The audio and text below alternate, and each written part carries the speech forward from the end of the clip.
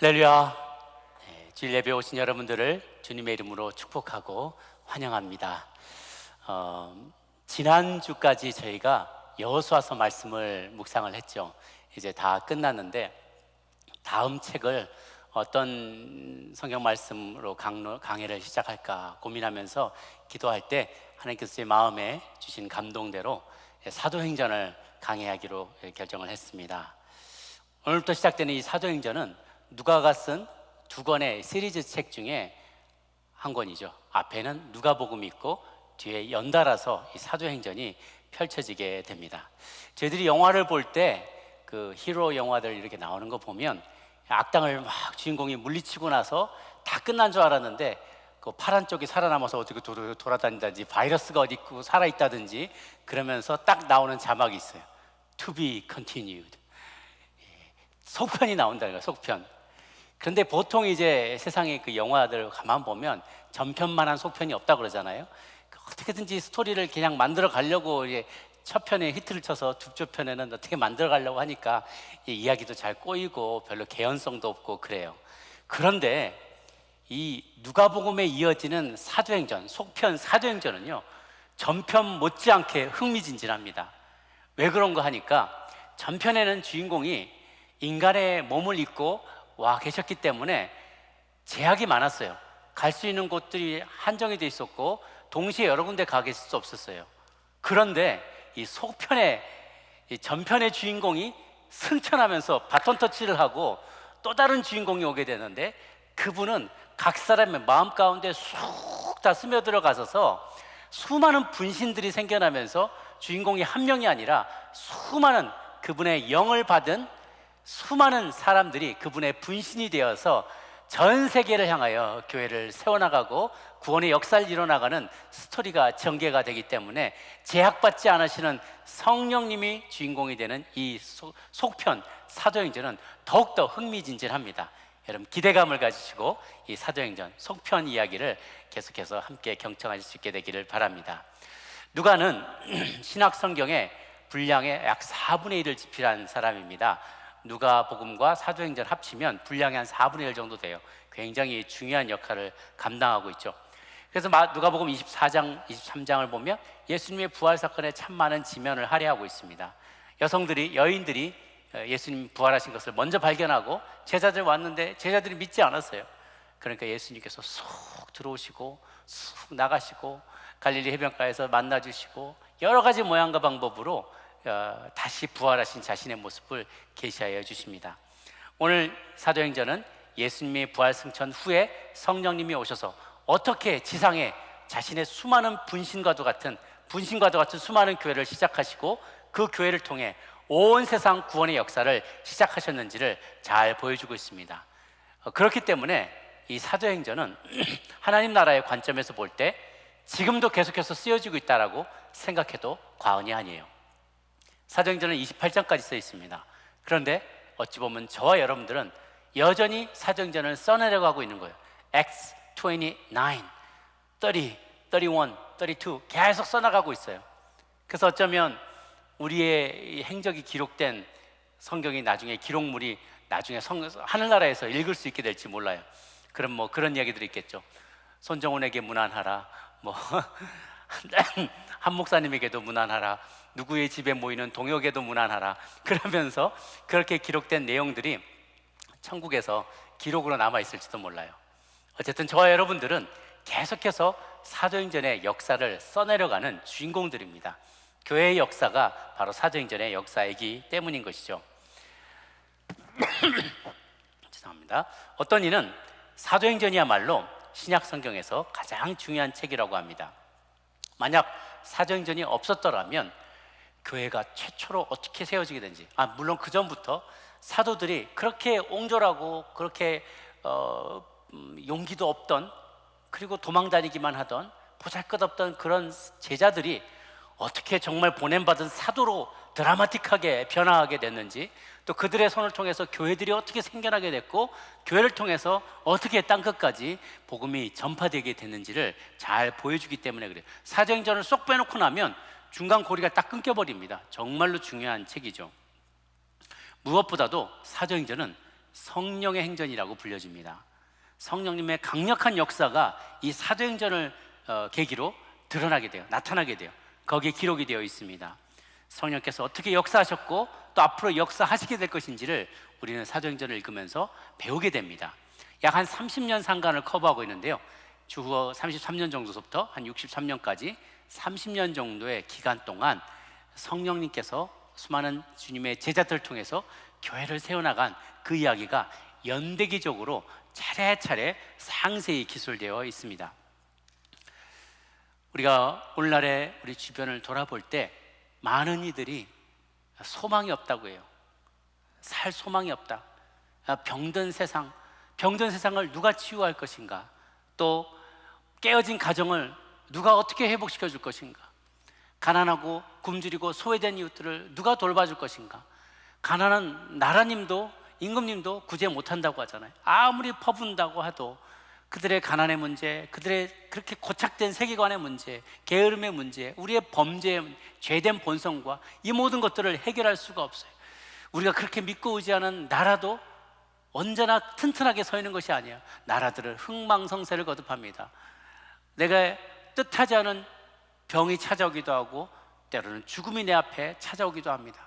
인생의 많은 환난 신고를 다 겪게 될 때 우리의 마음에는 소망이 없어요. 절망하게 돼요. 도대체 나의 도움은 어디서 올고 어떤 존재가 나를 확실하게 붙잡아 줄 수 있을 것인가? 세상에는 소망이 없는데 그런 낙심하고 좌절하고 소외되어 있고 병들어 있고 깨어진 이 세상을 고칠 수 있고 변화시킬 수 있는 세상의 유일한 소망은 무엇인가? 세상의 마지막 희망은 무엇인가? 사람들이 질문할 때 그것은 바로 교회라라고 우리는 답할 수 있다는 거예요. 세상의 마지막 소망, 세상의 마지막 희망은 교회예요.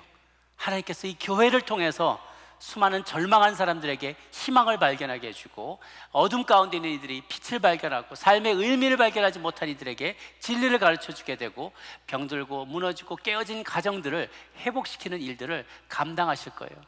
그런데 교회를 그렇게 부르셨는데 과연 오늘날의 세상 사람들이 우리 교회를 바라보고 그런 희망을 품게 될까? 병든 이들이 교회 가면 낫는다더라, 혹은 가난하고 찌들리고 그리고 깨어진 심장을 가진 이들이 교회 가면 회복된다더라, 저 교회 가면 희망을 발견하게 된다더라, 그렇게 이야기하고 저희 교회를 찾아오시는지. 저희 교뿐 아니라 오늘날의 많은 교회들이 교회 자체가 병들어가고 빛과 소금을 잃어가고 있어요. 그렇기 때문에 이러한 이때 우리에게 정말 필요한 공부가 사도행전을 묵상하는 거예요. 사도행전을 깊이 연구하는 거예요. 왜냐하면 거기에 초대교회에 싱싱하게 살아있던 성령님의 시퍼렇게 살아계시고 역사하시고 운동하시던 그 힘과 능력을 말미암아서 우리에게 모델 교회가 되었던 그 사도행전의 역사, 그리고 초대교회의 역사가 거기 다 기록되어 있기 때문에 그래요. 그래서 우리가 지금 경험하는 많은 교회의 문제들, 우리의 삶의 문제들이 있을 때마다, 발견될 때마다 사도행전으로 돌아가면 우리에게 큰 유익이 있어요. 사도행전적인 교회가 어떤 교회였나, 초대교회는 어떻게 중요한 결정들을 했는가, 초대교회들은 어떻게 선교사를 파송했는가, 초대교회에 가난하고 소외된 이들을 어떻게 초대교회 사람들은 돌봤는가, 핍박이 왔을 때 초대교회는 어떻게 거기에 응대했는가, 이런 모습을 보면서 우리는 귀한 교훈들을 배우게 되는 것이죠.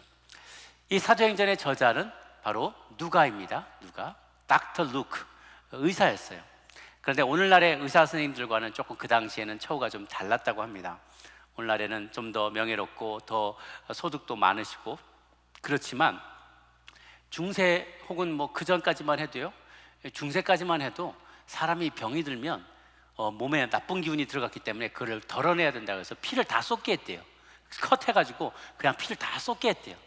그러다가 다행히 중간에 멈춰놓으면 되는데 그냥 속절없이 계속 쏟게 하면 과다출혈로 그냥 환자가 사망하기도 했대요. 그러나 그때까지 그렇게 어떤 의학 지식이 너무나 부족했던 거예요.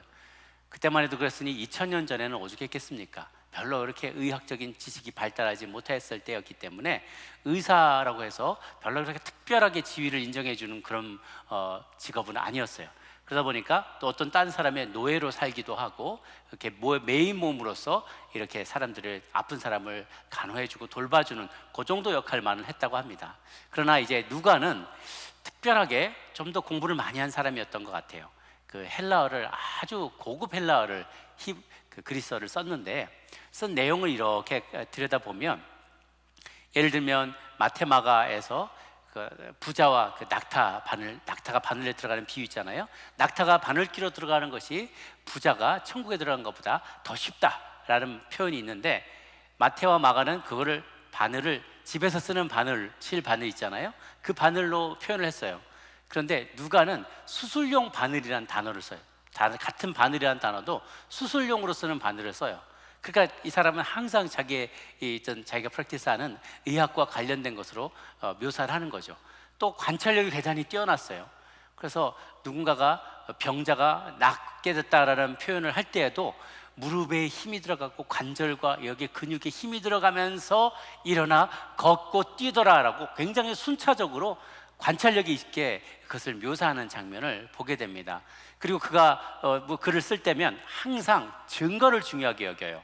근거 없는 얘기를 쓰지 않고 합리적이고 그리고 확실한 팩트를 중심으로 글을 써나가고 그리고 순서대로 연대기적으로 글을 써나갑니다. 그렇기 때문에 사도행전이 굉장히 많은 기적의 이야기가 나옴에도 불구하고 매우 신뢰할 만한 기록임을 알 수가 있죠.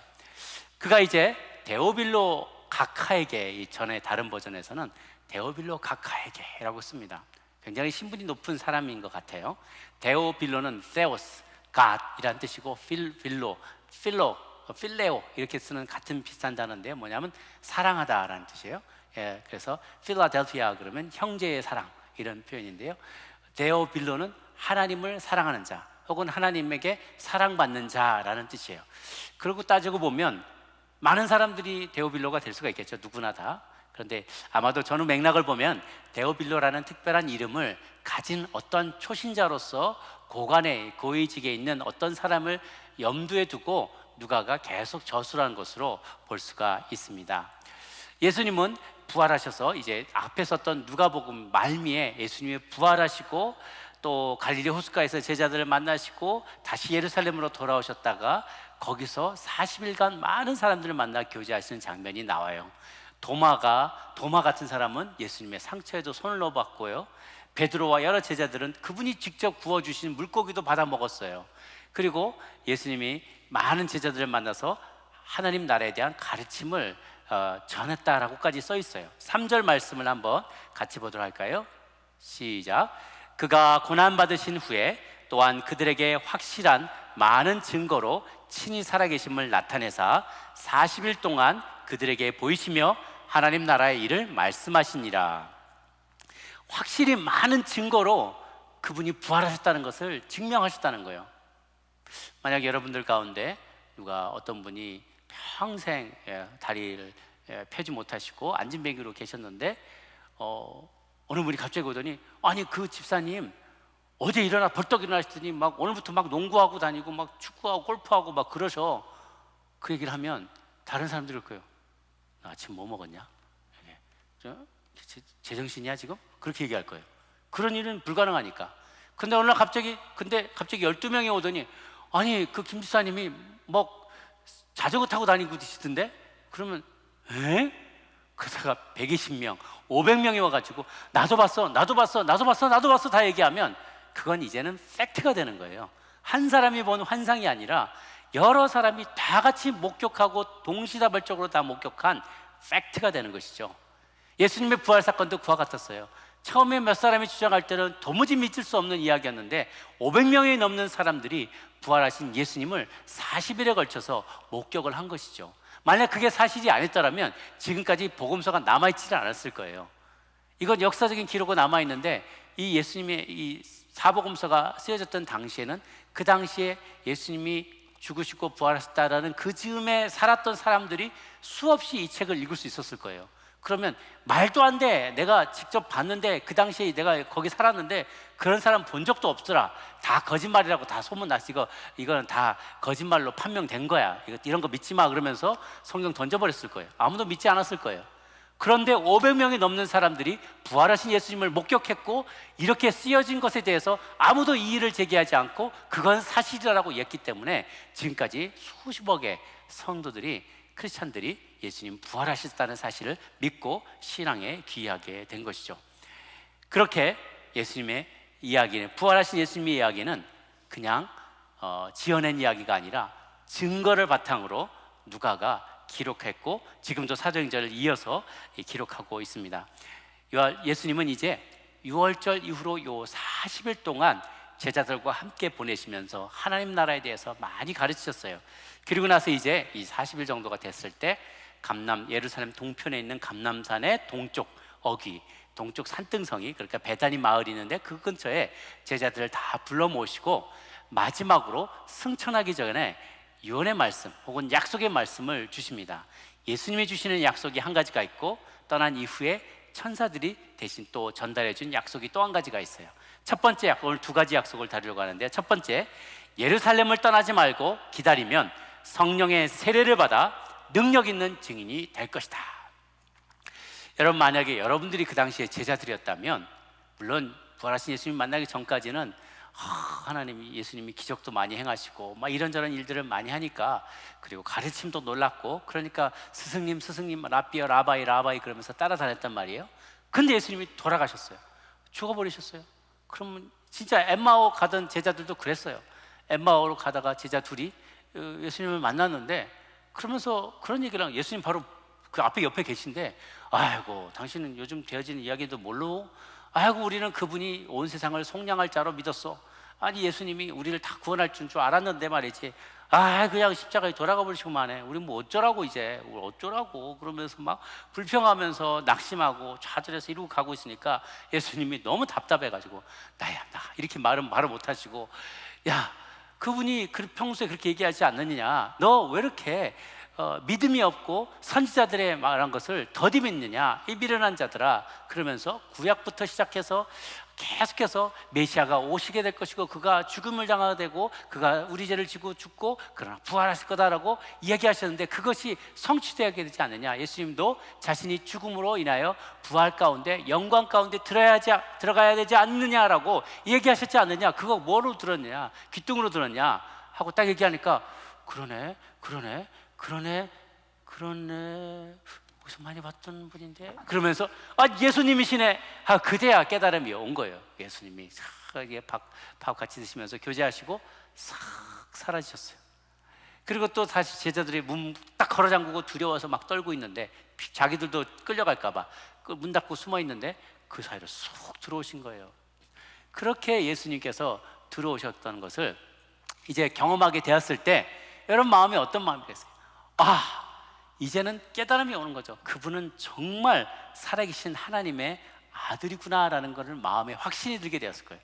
그러면 이제 마음에 용기가 생기는 거죠. 내가 뭐든지 하리다. 팔 걷어붙이고 뭐 할까요? 어디로 갈까요? 막 이렇게 얘기했을 때 예수님이 Go, but don't go now. Don't go. 아직 가지 말아라 라고 얘기했을 거예요. 왜 가지 말아야 되냐? 아직 준비가 안 됐다는 거예요. 아직 준비가 안 됐어요. 왜? 여러분 훈련소에 마치고 군대 갔다 온 병사가 훈련소에서 막 굴르고 막 이렇게 했다고 해서 이제 막 난 뭐든지 할 수 있어, 막 30km 야간 행군도 했고, 나 세상에 누려올 게 없어, 어디로 갈까요? 막 전방으로 보내주셔서 조국아 나를 걱정하지 마라, 내가 있다, 그러면서 달려가나요? 총도 없는데, 무기도 없는데, 방탄모도 없는데, 뭐 준비된 게 하나도 없는데 그냥 맨몸으로 가서 어찌가 있다는 거예요. 너희들은 아직 준비가 안 됐다라는 거예요. 아직 준비 안 됐다. 성령을 받아야 된다. 성령의 세례를 받기 전에는 나가서 싸울 수 없다. 100점 100패다. 주님께서 말씀해 주세요. 그러면서 10일만 더 기다려라 그래요. 열흘만 더 기다려. 곧 약속하신 성령을 보내겠다. 5절 말씀 같이 한번 읽어볼까요? 5절 말씀 시작. 요한은 물로 세례를 베풀었으나 너희는 몇 날이 못되어 성령으로 세례를 받으리라 하셨느니라. 10일만 지나면, 이제 6월절에서부터 40일 지났어요. 10일이 더 지나면 총 50일이죠 6월절에서부터 플러스 50일 지난 다음에 있는 명절이 무슨 명절인지 아시나요? 오순절이죠. 오순, 초순 중순 하순 할 때 순 10일 단위예요. 오순이니까 50일이죠 6월절에서 50일이 지난 오순절날이 되면 그날 내가 하나님께서 약속하신 성령을 너에게 부어주겠다라는 것이죠.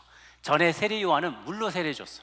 그러나 이제 성령님이 오시면 성령으로 너희는 세례를 받게 될 거야.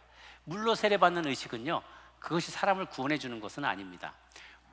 내 죄를 인정하고 주님을 받아들인 자, 그런 자들이 이제 구원을 받게 된 것을 이제 사람들과 하나님 앞에서 의식적으로 이것을 재현하는 행위예요. 그러니까 물속에 들어가서 나는 죽었다 살아났다, I'm born again, 이거를 정말 임사 체험을 하면서 물속에 들어갔다 죄를 싹 씻고 거듭난 모습으로 새롭게 살아가는 것을 셀레브레이트 하는 게 물로 주는 세례 의식인 거죠. 그것과 다른 차원에 있는데, 세례가 있는데, 그게 바로 성령의 baptism, immerse, 그 안에 푹 잠궜다가 나오는 거예요. 성령의 세례받는다는 것은 성령으로 안에 푹 잠궜다가 나오게 되는 것을 말해요. 그런데 거기에 좀 단계가 있어요. 성령의 내주, 성령의 세례, 성령의 충만.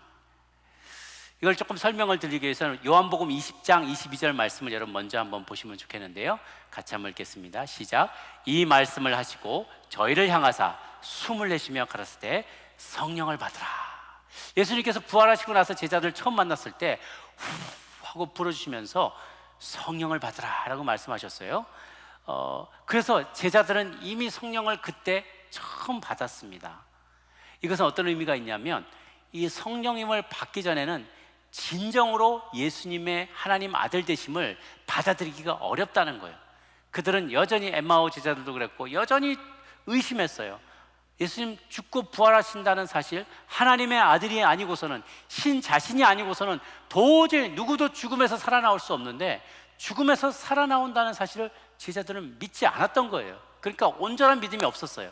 그런데 이 성령을 받으라 하고 성령이 그 안에 들어오게 되고 눈이 열리게 되면서 그들은 예수님이 하나님의 아들이심을 인정하게 된 것이에요. 그래서 우리의 믿음에 성령님이 임재하는 세 가지 차원이 있는데, 한번 그림으로 보여드리도록 할게요. 첫 번째는 성령님이 내주하시는 단계. 아까 얘기처럼 저희를 향해 숨을 내쉬며 가라사대 때 성령을 받으라. 성령을 사도행전에서 처음 받은 게 아닙니다. 제자들은 이미 성령을 받았어요. 그렇기 때문에 예수님이 나의 주님이심을 인정했던 거죠. 최초로 우리의 믿음이 들어올 때 이것이 바로 성령이 내주하는 단계예요. 두 번째는 성령의 세례가 임하는 단계. 세례는 뭐냐면 폭포수와 같이 우리가 주어진 과업을 잘 감당할 수 있도록 이 성령의 은사를 선물로 주시는 그런 사건을 말해요. 이것은 단회적인 사건이고요, 깊이 담궈지는 이런 사건입니다. 이것은 그러나 신앙의 성숙과는 사실은 무관해요. 우리 주변에 어떤 은사를 가진 사람도 있을 수 있어요. 성령의 은사를 많이 가졌는데 방언도 하고 예언도 하고 통변도 하고 뭐 섬김의 은사도 있고 긍휼의 은사도 있고 뭐 많은 은사들이 있어요. 그런데 가만 보면 성품이, 야, 이거 참 그 하나님도 무심하시지, 어떻게 저런 사람한테 저런 은사를 줬을까? 가끔 그렇게 느껴지는 만한 분들도 계세요. 왜 그러냐면 이 성령의 은사는 성품과 아무 상관없이 하나님께서 니드 베이스로 주시는 것이기 때문에 그래요. 어떤 공동체, 어떤 지역에 누군가가 환자가 있고 누군가가 치유함을 받아야 되고 혹은 누군가가 다스림을 받아야 되고 누군가가 도움을 받아야 되고 누군가가 가르침을 받아야 된다면, 그 타스크를 완수하기 위해서 그 일을 감당할 수 있는 사람들에게, 그 근처에 있는 그 일을 감당해야 될 사람에게 은사를 부어주시는 거죠. 그의 성품이나 성숙도와 상관없이 일방적으로 하나님이 선물을 주시는 거예요. 이게 성령의 세례입니다. 이것은 성도의 삶에 단회적으로 일어나는 일이에요. 그런데 이제 그것을 넘어서서 성령의 충만한 단계에 이르는데, 이것은 뭐냐면 성령이 일상적으로 모든 성도를 다스리고 통치하는 그런 시기를 말해요. 일상적으로 매일매일 통치하시는 것이죠. 그것 덕분에 우리는 성화를 향해서 나아갈 수 있게 돼요. 그러니까 우리 모든 믿는 자들이 궁극적으로 추구해야 될 것은, 목표는 성령에 충만한 것이죠. 반복적인 사건이에요. 매일매일 충만해야 되는 거예요. 그래서 성령의 내주, 성령의 세례, 성령의 충만이 갈라집니다. 교단마다 또 신학자마다 이것이 막 뒤죽박죽 섞이기도 하고 많이 복잡합니다. 이것이 제가 지난 시간 동안에 제가 정리한 거예요. 가장 저는 성경적이고 복음적인 분류라고 봅니다. 내주하심, 세례, 그리고 성령의 충만함. 왜냐하면 충만함을 누가가 쓸 때 사도행전에 보면요, 어떤 사람의 지속적인 성품과 관련해서 충만이라는 단어를 써요. 어떤 사람은 저 사람은 악이 충만하더라. 데메드리오는 분노로 충만하더라. 또 어떤 사람은 선행이 충만하더라. 이렇게 하면서 어떤 지속적인 성품과 관련해서 충만이라는 단어를 써요. 그러니까 그 충만함은 계속 있는 상태를 말합니다. 저와 여러분이 성령으로 충만한, 매 순간마다 성령으로 충만한 분들이 되시기를 축복합니다. 이어서 6절 7절 말씀을 같이 한번 볼까요? 6절 7절 한번 읽습니다. 시작. 그들이 모였을 때 예수께 여쭈어 가르되 주께서 이스라엘 나라를 회복하심이 이때니까 하니 이르시되 때와 시기는 아버지께서 자기의 권한에 주셨으니 너희가 알 바 아니요. 이 제자들은 이때까지만 해도 사실 이때가 훨씬 지나서 한 사도행전 15장 정도에 이를 때까지도 여전히 유대 민족 중심의 선민 사상을 가지고 있었어요. 이제 이들이 구원받았고 예수님을 믿었음에도 불구하고 그 구원은 유대인들만을 위해서 리저브되어 있다라고 생각을 했어요. 그래서 이제 주님 메시아께서 다시 오셔서 하나님 나라를 다시 회복시키시게 되면, 진정한 메시아가 오면 우리 선택받은 유대 나라가 온 세상을 지배하고 진정한 신정 국가를 이루게 될 것이다 라는 야망을, 그런 꿈을 갖고 있었어요. 사실 구약에서 예언된 내용을 다 읽지 못하고 자기 중심적으로 해석하게 되면 이렇게 이해를 하게 되는 것이죠. 그러나 예수님은 다른 계획을 갖고 계셨어요. 예수님이 회복하시기로 약속하신 하나님 나라는 온 세계 나라와 백성들이 모두 다 하나님의 통치를 받게 되는 그런 나라를 꿈꾸셨던 것이죠. 그리고 그 나라가 완성되는 시기도 내게 있지 않고 하나님께 있다, 그 권한이 하나님께 있다라고 말씀을 하시면서 위대한 약속을 이제 우리에게 주십니다. 1장 8절 말씀을 같이 한번 읽도록 하겠습니다. 시작. 오직 성령이 너에게 임하시면 너희가 권능을 받고 예루살렘과 온 유대와 사마리아와 땅끝까지 이르러 내 증인이 되리라 하시니라. 본래 이 성령은 컴포터, 위로자라는 의미예요. 또 혹은 옆에서, 혹은 성령은 우리 보혜사, 보호하시고 은혜를 베푸시는 스승과 같은 분이라고도 하죠. 그러게 옆에서 너희를 위로해 주는 자를 보낼 것이다. 그런데 그 보호자, 위로자라는 말이 그냥 누가 상처받고 이렇게 돌아오면 아이고 아프지, 힘들지, 내가 아까진기 발라줄까? 막 그러면서 이렇게 막 위로해 주는 그런 차원이 아니라, 예전에 이 단어가 쓰일 당시에 본래 뜻은 포르티스, 강화시켜주는 자, 용기 주는 자, 힘을 주는 자라는 좀 더 강력한 의미가 있었습니다. 그래서 성령님은 우리에게 용기를 주는 분이세요. 내가 보기에 인간적인 생각으로 우리 앞에 놓여있는 이 태스크가, 우리가 완수해야 될 이 역할이 너무너무나 커. 도저히 우리가 감당할 수 있는 능력이 안 돼요. 그래서 그냥 찌그러져 버리고 싶고, 그냥 도망가고 싶고, 외면하고 싶고, 저는 안 돼요. 저는 그런 거 도대체, 나는 그럴 위인이 못 돼요 라고 얘기하고 도망가고 싶을 때 컴퓨터가 오는 거예요. 성령님이 내 안에 쑥 들어오시면서 할 수 있다, 나는 할 수 있다, 나는 넉넉히 이길 수 있다, 넉넉히 승리할 수 있다라는 용기를 주세요. 그리고 도저히 돌파할 수 있는 구멍이 안 보이는 것 같은데 성령님이 지혜를 주시는 거예요. 그러면 사람이 알지 못하는 말들과 사람이 알지도 못했던 지식과 정보를 가지고 하나님께서 문제를 타개내는데요, 돌파할 수 있게 해주는 거예요. 도저히 우겨쌈을 당해서 피할 길이 없는 것 같은데 거기를 돌파하고 나갈 수 있는 지혜를, 용기를, 능력을 주신다는 거예요. 그게 바로 성령님의 역할인 것이죠. 그리고 또한 주님께서 우리가 그런 능력과 권능을 받게 되면 예루살렘과 온 유대와 사마리아와 땅끝까지 이뤄서 내 증인이 될 것이다 라고 얘기를 하세요. 증인에는 삼중적인 의미가 있어요. 마티스, 증인인데요, 마탈, 순교라는 뜻도 있어요. 첫 번째, 증인은 팩트를 말해주는 사람, 이게 사실이야, 이게 사실이야라고 말해주는 사람이 증인이에요.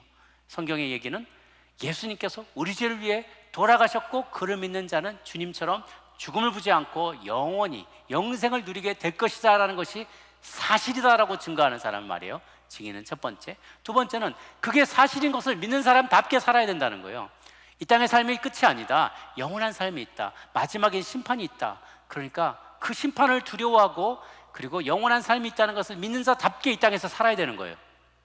증인된 삶은 그러니까 연연하지 않는 거죠. 자유로운 삶이에요. 더 나누기에, 더 섬기기에, 그리고 주님 말씀대로 살기에 열심을 내는 사람이어야 되는 거예요. 그리고 마지막으로 그런 진리를 증거하며 진리를 실천하며 살다가 내가 죽음을 맞게 된다 할지라도, 어떤 핍박이 다가온다 할지라도 그 진리를 포기하지 않고 끝까지 지켜내는 그런 삶을 살아야 된다는 거죠. 순교자와 같이.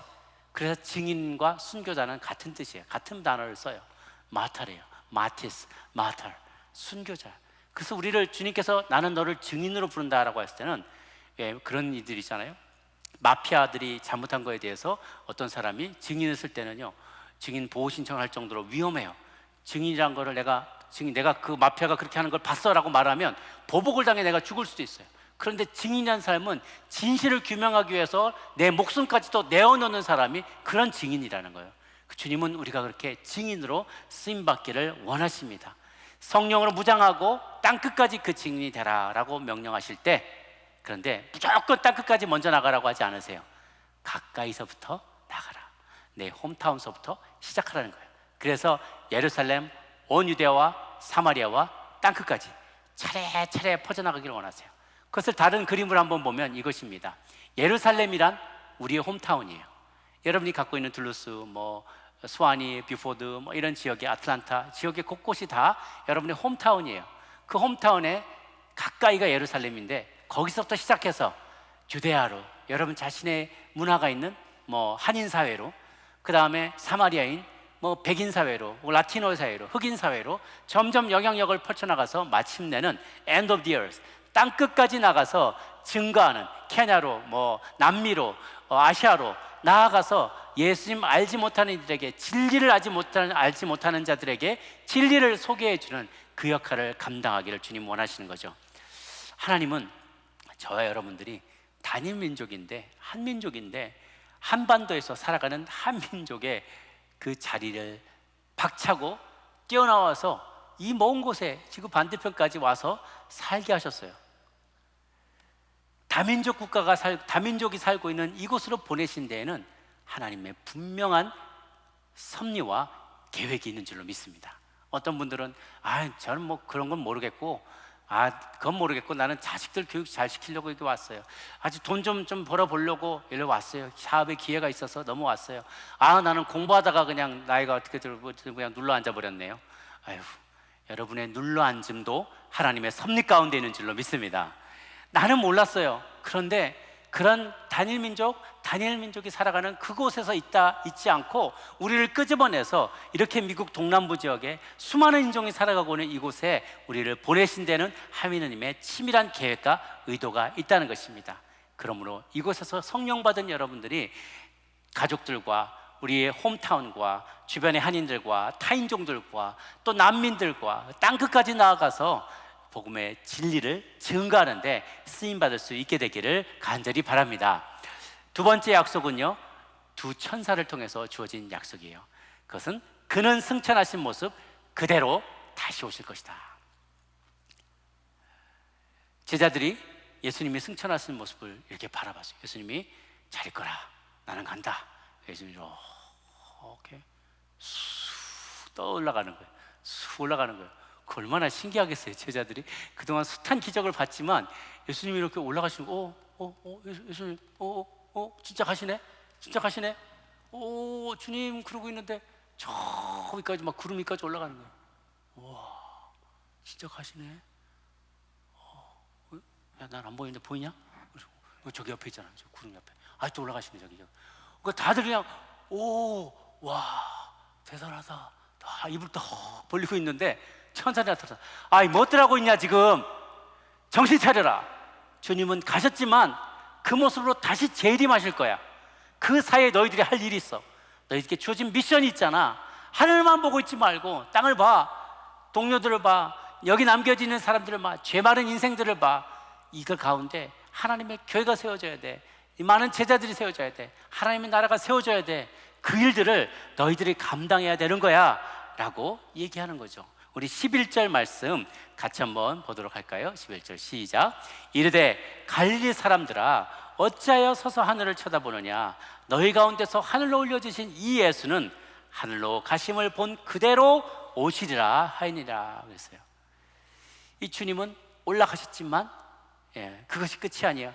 영혼에서 시간 속으로 잠시 들어오셨다가 다시 영원한 곳으로 가셨잖아요. 하나님 보좌 우편에 계시던 분이 잠시 인간의 모습은 낮고 낮은 모습으로 오셨지만 다시 주님의 보좌 오른편에 앉아 계신 거예요. 거기서 모든 성도들 위해 중보하시고 무엇보다도 저와 여러분들이 머물게 된 영원한 하나님 나라 천국을 예비하러 가셨다고 했어요. 그리고 이제 그분이 다시 돌아올 때는 한두 사람만 보게 될 것이 아닙니다. 마태복음 24장 29절에서 30일까지에 보면 이런 말씀이 있습니다. 함께 읽을까요? 시작. 그날 환난 후에 즉시 해가 어두워지며 달이 빛을 내지 아니하며 별들이 하늘에서 떨어지며 하늘의 권능들이 흔들리리라. 그때 인자의 징조가 하늘에서 보이겠고 그때 땅의 모든 족속들이 통곡하며 그들이 인자가 구름을 타고 능력과 큰 영광으로 오는 것을 보리라. 그가 큰 나팔 소리와 함께 천사들을 보내리니 그들이 그의 택하신 자들을 하늘 이 끝에서 저 끝까지 사방에서 모으리라. 마지막 때가 되면 하나님의 아들 인자가 오실 징조가 보이면서 그분이 많은 천사들과 함께 이 땅에 내려올 텐데, 그러게 되면 땅의 모든 족속들이요 통곡을 한대요. 왜 그럴까? 아이고 통곡을 한대요. 왜? 설마 그분이 정말 부활하신 줄 몰랐어요. 승천하신 줄 몰랐고, 더더군다나 재림하실 줄, 다시 오시게 될 줄은, 심판주로 오시게 될 줄은 꿈에도 생각을 못했던 거예요. 그런데 전 세계가 보는 가운데 주님이 다시 이 땅 가운데로 임재하세요. 그럴 때 예수님 하나님 없는 줄 알고 하나님 없어라고 말하며 방탕한 삶을 살고 살인하고 강도 저지르고 거짓말하고 음란하게 행동하고 자기의 욕심을 쫓아서 욕망을 쫓아서 살아가고 막 범죄하고 있던 그 장소에 바로 주님이 나타나는 모습을 볼 때 깜짝 놀라는 거예요. 아이고 저게 정말이었네. 우리 옆집 김 집사가 늘 얘기하던 그게 진짜였네. 예수님 정말 살아계셨고 다시 재림하셨네. 통곡을 하며 뒤늦게 후회한다는 것입니다.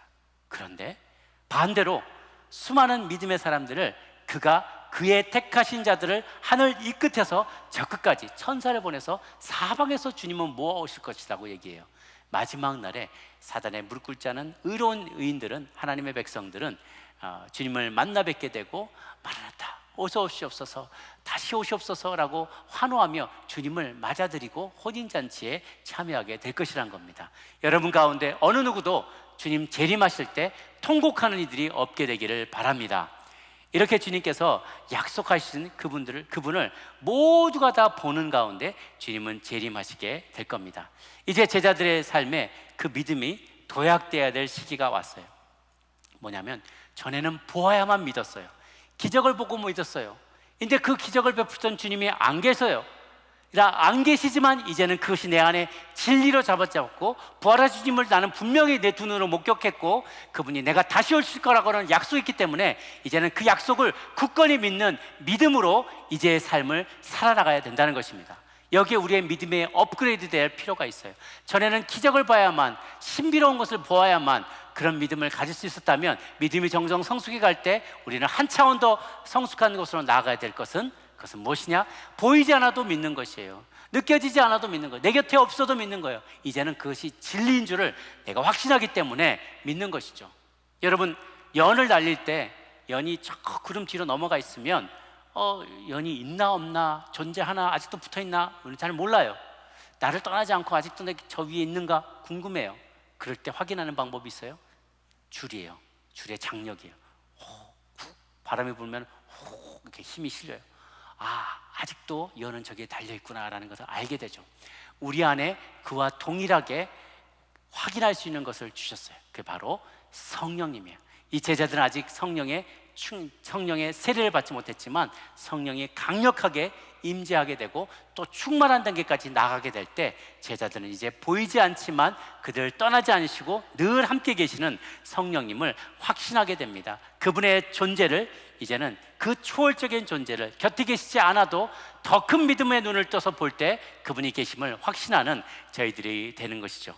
이제 주님은 다시금 이 땅 가운데 오신다고 약속하셨습니다. 이제 우리에게 남겨진 소명은 성령의 세례를 받고 충만해져서 권능을 받아서 능력을 받아서 가까이 있는 홈타운서부터 우리 이웃들에게, 그리고 타민족에게, 그리고 땅끝까지 나아가서 직인된 삶을 사는 것입니다. 사랑하는 여러분, 여러분이 믿는 바대로 행할 수 있기를 바랍니다. 이것이 사실입니다. 성경의 내용이 진리입니다. 나는 믿습니다.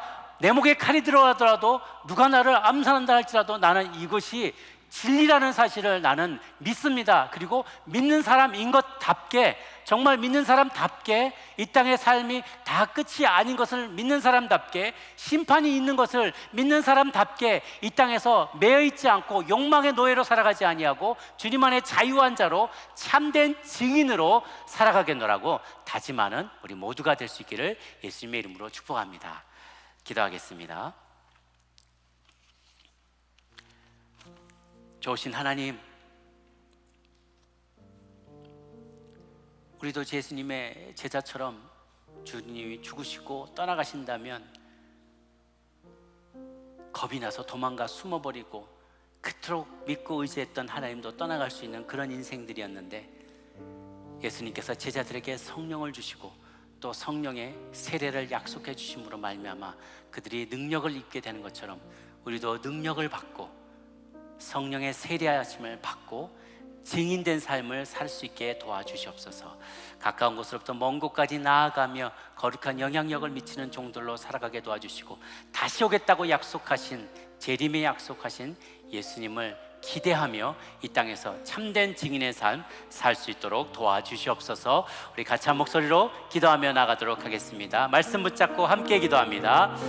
좋으신 하나님, 오늘도 이 사도행전 첫 장의 말씀을 보며 예수님 죽으시고 부활했을 뿐 아니라 승천하셔서 이제 우리 모두가 함께 머물게 될 영원한 하나님의 나라를 예비하시며 우리를 위하여 중보하시며 또한 우리 곁에서 늘 함께 계실 수 있는 성령을 보내주겠다고 약속하여 주시니 감사합니다. 성령의 세례받은 자답게 살게 하여 주옵소서. 날마다 성령의 충만한 자로 살게 도와주셔서 우리가 섬기는 이 교회가 세상의 소망이 되게 하여 주옵소서. 세상의 마지막 소망이 되게 도와주시고 마지막 빛과 소금의 역할을 잘 감당하는 교회들이 될 수 있도록 주님 역사하여 주시옵소서. 주님, 우리가 증인된 삶을 살고자 합니다. 그러기 위해서 우리에게 능력이 필요합니다. 나는 너무나 용기가 없고 지혜가 부족합니다. 능력이 부족합니다. 내 자연인의 힘으로는 이 위대한 사명을 다 완수할 수가 없습니다. 성령 하나님 도와주옵소서. 이 시간도 성령님 우리 각 사람에게 찾아와 주셔서 우리가 맡은 이 귀한 사명, 또 우리가 맡은 이 놀라운 진리의 말씀을 하나님 능력 있게 증거할 수 있는 저희들 되게 하여 주옵소서. 사방으로 우겨쌈을 당할 때에도, 사방으로 도저히 피할 길을 찾지 못하는 상황 가운데서도 성령 하나님 우리에게 지혜를 주시고 능력을 주셔서 하나님 우리 모든 깨어진 가정들이 하나 되게 도와주시고, 병든 이들이 병 낫게 하여 주옵시고, 하나님 소외된 이들과 하나님 어려움 가운데 처진 이들과 재정의 어려움 가운데 있는 이들과 모든 환난 가운데 있는 이들, 핍박 가운데 있는 이들이 하나님의 성령의 지혜하심을 인하여서 성령의 도우심을 말미암아 성령의 능력 주심을 말미암아 어떠한 상황 가운데서도 이겨내고 승리할 수 있는 역할을 감당하게 하여 주옵소서. 증인된 사명 잘 감당하며 땅 끝까지 나아가 하나님 믿는 자답게 살아갈 수 있는 모든 제자들 되게 하여 주시옵소서. 성령의 세례를 구합니다. 권능을 구합니다. 하나님 증인된 삶을 살 수 있도록 우리와 함께하여 주옵시고, 하나님 주님의 제자답게 살아가며 부활하신 예수님의 이야기를 증거하며 그의 가르침을 실천하기 위해 목숨도 내어놓을 수 있는 참된 증인, 그렇게 단호한 각오로 나아가는 참된 증인의 삶 살 수 있도록 주님 인도하여 주시옵소서. 그리하실 줄 믿사옵고 살아계신 예수님의 이름으로 기도 올려옵나이다.